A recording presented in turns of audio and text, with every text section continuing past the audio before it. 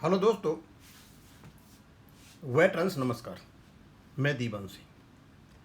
मैं आपको बताना चाहूँगा कि पीएनबी ने जो एडिशनल एफिडेविट दिया है उसके कुछ मैंने पार्ट ले रखे हैं यहाँ पर 3.7, 3.8, 3.9, 3.11, 3.12।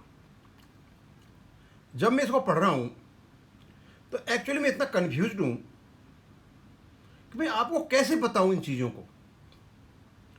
इनने तो कैसे बनाया होगा यही जाने, और मुझे लगता है कि शायद जो बनाने वाला है ना वो भी खुद समझ नहीं पाया होगा कि मैं क्या कर रहा हूँ। कोशिश की इन्हें मैनिपुलेशन करने की, अपनी सातराना हरकतें दिखाने की, लेकिन हमारा मूर्खता का काम कर बैठे, टोटली इलॉजिकल। अब पहला सेंटेंस देखिए, that the appendix 1 to regulation 30/1 was amended 2002 with effect from 1/11/1992।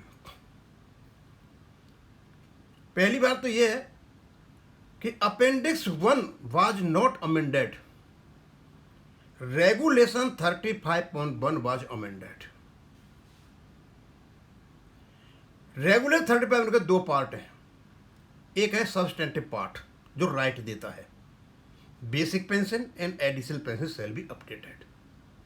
इसमें हुआ है परिवर्तन, बिल बी का शैल बी हो गया, और उसके बाद as per formulae given appendix 1। Appendix 1 में केवल और केवल फॉर्मूलों को इंट्रोड्यूस करना है, अपेंडिक्स 1 को नहीं चेंज किया गया।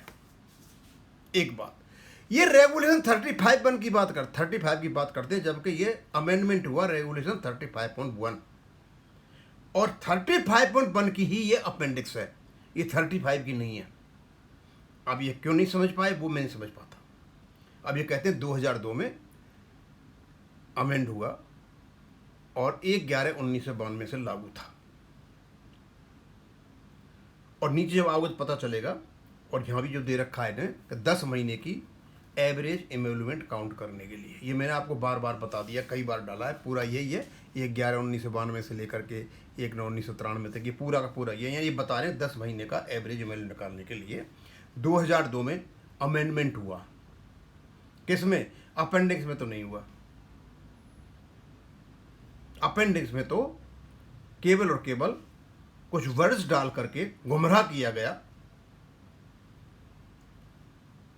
अमेंडमेंट हुआ 35.1 में, जो आप यहां नहीं दिखा रहे हो। अब चलते हैं हम आगे।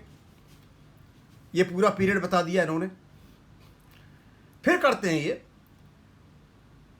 It is submitted that the bipartite settlement for the period from 1/11/1992 से लेके 31/10/1997, ये 6वें सेटलमेंट की बात करते हैं और जॉइंट नोट की बात करते हैं, और इसी बीच की बात करते हैं कि इस बीच में ये 10 महीने का एवरेज पे निकालने के लिए काम किया गया था, हालांकि ये लागू हुआ था 1/7/1993 से।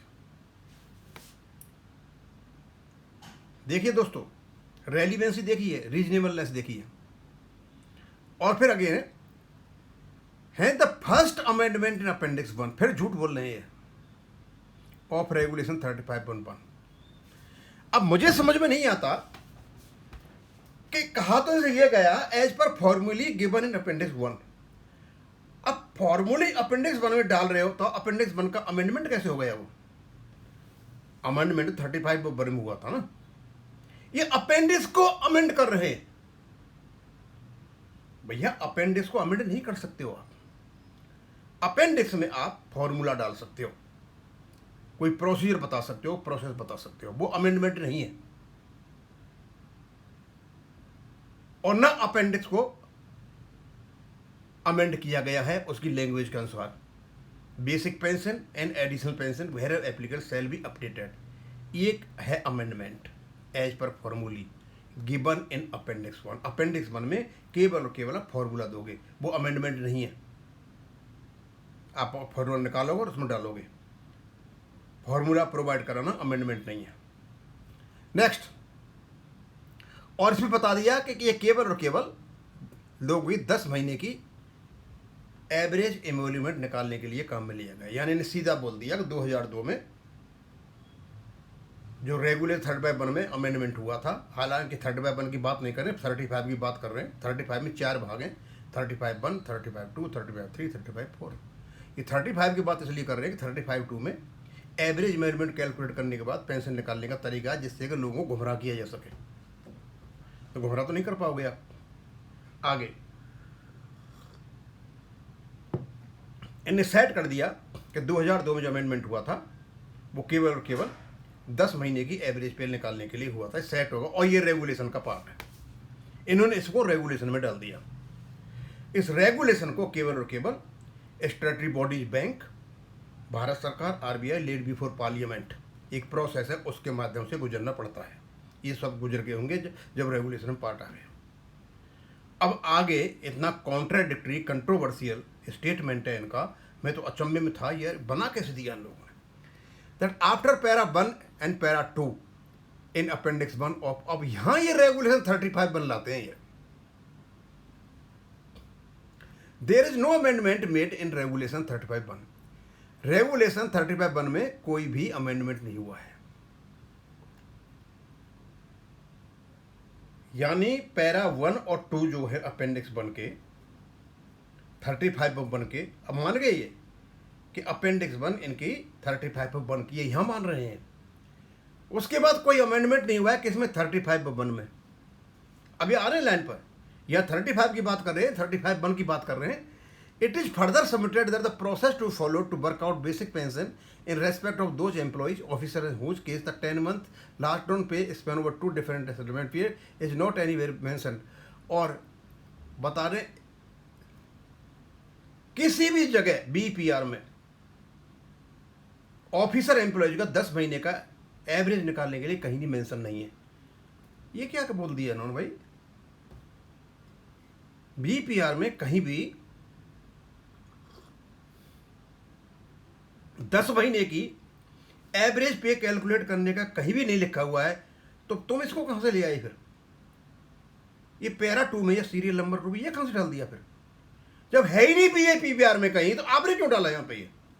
ये खुद मान रहे हैं कि 10 महीने का जो एवरेज मैनेजमेंट कैलकुलेट हो रहा है वो आपके बीपीआर 95 का पार्ट ही नहीं है, लेकिन हमने कर दिया क्योंकि हम माइट इज राइट वाले लोग हैं। अब आगे देखिए, आप भी कंफ्यूज हो जाओगे। That in act such A scenario happens whenever a new settlement signed, और इस प्रकार का 10 महीने का कैलकुलेशन करने के लिए जब आता है जब भी नया सेटलमेंट साइन होता है। बहुत अच्छा, वेरी फाइन, खुद ही फंस गए।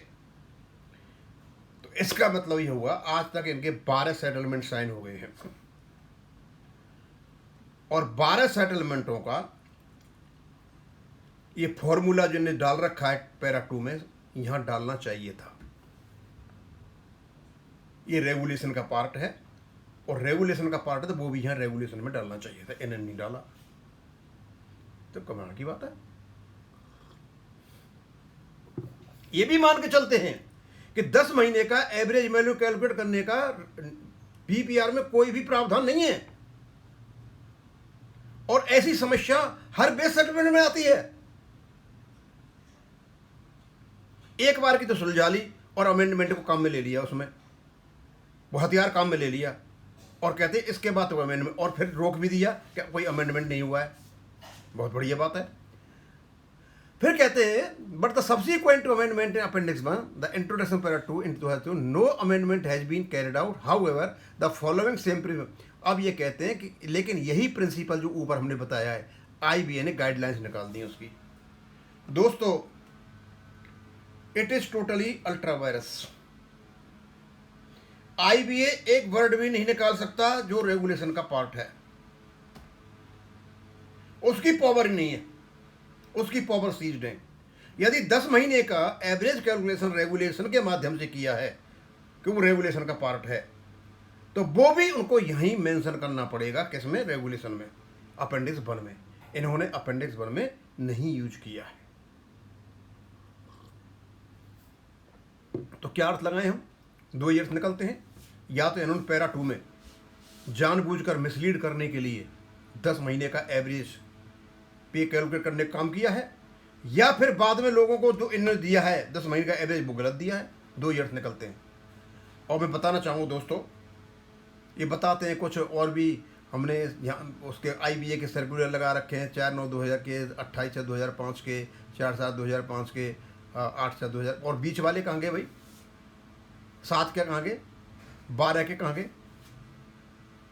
ये है दोस्तों इनकी असली कहानी, और ये खुद मानते हैं हाँ इनसे गलती हुई है। मैं यहीं ख़त्म करूँगा। थैंक यू, धन्यवाद।